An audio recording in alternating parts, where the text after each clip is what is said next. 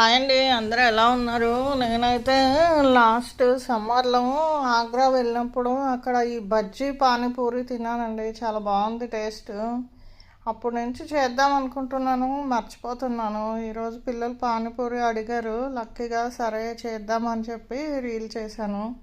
ఏమీ లేదండి, ఆలుగడ్డ కర్రీ పానీపూరిలో పెట్టేసి ఫిల్లింగ్ పైన పైన బజ్జీ పిండిలో ఒకసారి బజ్జీలాగా ముంచి ఆయిల్లో బాగా ఫ్రై చేయాలి. సన్న మంట మీద కుక్ చేయాలి, ఎందుకంటే పిండి కొంచెము లోపలికి వెళ్ళిపోతుంది కదా, అది కుక్ అవ్వదు లేదంటే పిండి.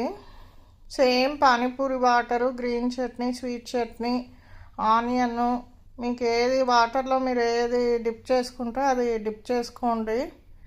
టేస్ట్ మాత్రం చాలా బాగుందండి. పానీపూరీలు ఒక 50 తిన్నా టమ్మీ ఫిల్ అవ్వదు కదా, ఇవైతే ఒక 5-6 పీసెస్ తింటే చాలండి, టమ్మీ ఫిల్ అయిపోతుంది. ఎక్కువసేపు ఆకలి వేయదు.